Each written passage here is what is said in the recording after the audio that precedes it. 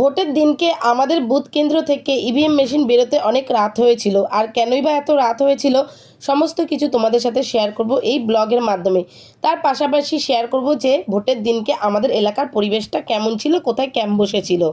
সকাল 7টা থেকে শুরু হয়ে গেছিলো ভোট। আর আমার মা দেখো খুব হন্তদন্ত হয়ে ভোট দিতে যাচ্ছে। সকাল হতেই বারবার বলছে কখন যাবে ভোট দিতে, কখন যাবে। তো দেখো পাড়ার সবাই একের পর এক ভোট দেওয়ার জন্য যাচ্ছে। এইখানে আমার বাবাও যাচ্ছে দেখো। তো ভোট 7টা থেকে শুরু হলে কি হবে, সকলে সকাল 6টা থেকেই লাইন দেওয়া শুরু করে দিয়েছিল। তো একের পর এক পাড়ার সবাই যাচ্ছে ভোট দিতে।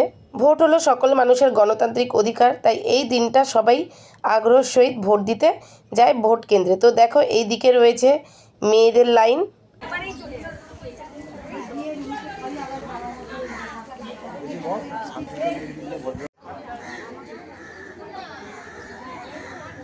সকালের সাথে সাথে আমিও দাঁড়িয়ে পড়েছিলাম লাইনে ভোট দেওয়ার জন্য। তোমাদের সকলকেই বলেছিলাম যে আমি বুথ এজেন্ট হয়েছি এবার, তো তখন ভোট দিতে পারিনি, তাই বাইরে বেরিয়ে সকলের সাথে লাইনে দাঁড়ালাম ভোট দেওয়ার জন্য।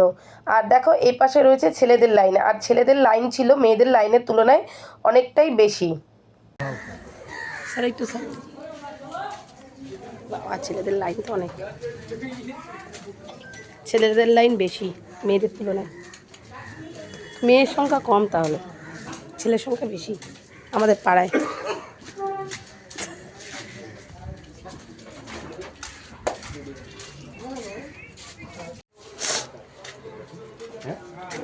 গোপালকে দেখেছিস? গোপালকে একদিন পর দেখলাম তো। দেখা যায় না, দেখা যায় না।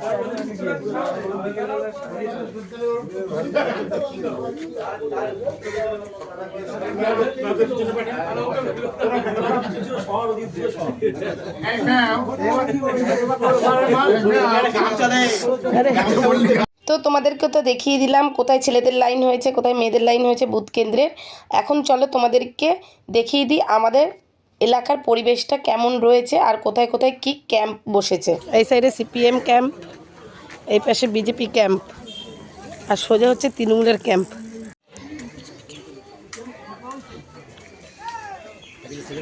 আমাদের ওয়ার্ডের খুবই ইন্টারেস্টিং একটা ব্যাপার এটা, যে একটাই তাঁবুর তলায় সব পার্টি বসে, কিন্তু খুবই শান্তিপূর্ণভাবে আমাদের এলাকাতে ভোট হয়। আর এই এলাকাতে যাতে শান্তিপূর্ণভাবে ভোট হয় তার জন্য এলাকার দাদা কাকা ভাই সবাই সকাল থেকেই নজরদারি করছে যাতে কোনো রকমভাবে কোনো অশান্তি না হয় কোথাও। তার পাশাপাশি এলাকার কাউন্সিলর দিদি, মানে প্রাক্তন কাউন্সিলর দিদি শ্রীমতী শিক্ষিকা গোপা পাণ্ডে মহাশয়, উনি সকাল থেকেই এই ক্যাম্পে বসে নজরদারি করছেন যাতে কোথাও কোনো অশান্তি না হয়। তারপরে আমাদের এলাকা মানে আমাদের 3 নম্বর ওয়ার্ডের 129 পার্ট দেখানোর পর আমি চলে এসেছিলাম 128 নম্বর ক্যাম্পে, যেখানে ভোট কেন্দ্র ছিল এবং সেই ভোট কেন্দ্রের পরিবেশটাও ছিল খুব শান্ত। কিন্তু হঠাৎ করে আমাকে এক পুলিশ কর্মী বারণ করলেন ভোটের কেন্দ্রে কোনো রকমভাবে কোনো ভিডিও না করতে, কারণ এবারে বিধানসভার ভোটে ছিল খুবই কড়াকড়ি, যার কারণে চারপাশে পুলিশ টহলদারি করছিল, ভিডিও করা বারণ ছিল। তারপরেও আমি লুকিয়ে লুকিয়ে ভিডিও করছিলাম যে চারপাশটা কেমন ছিল সেটা দেখানোর জন্য। তো দেখো এখন আমি যে জায়গাটা দেখাচ্ছি এটা হলো আমাদের ওয়ার্ডের 130 এবং 31 পার্ট। এইখানেও খুবই শান্তিপূর্ণভাবে ভোট হচ্ছিল, কোনো রকম কোনো অসুবিধা হচ্ছিল না।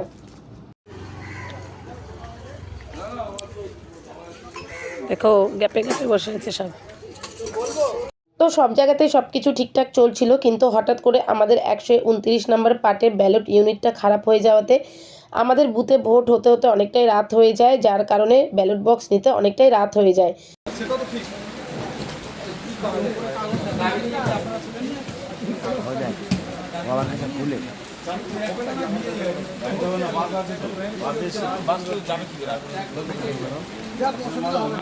তো বৃষ্টি পেরিয়ে সিআরপিএফরা ব্যালট বক্স নিয়ে উঠে পড়লো বাসে, আর আমরা অপেক্ষায় রইলাম 4 তারিখের রেজাল্টে।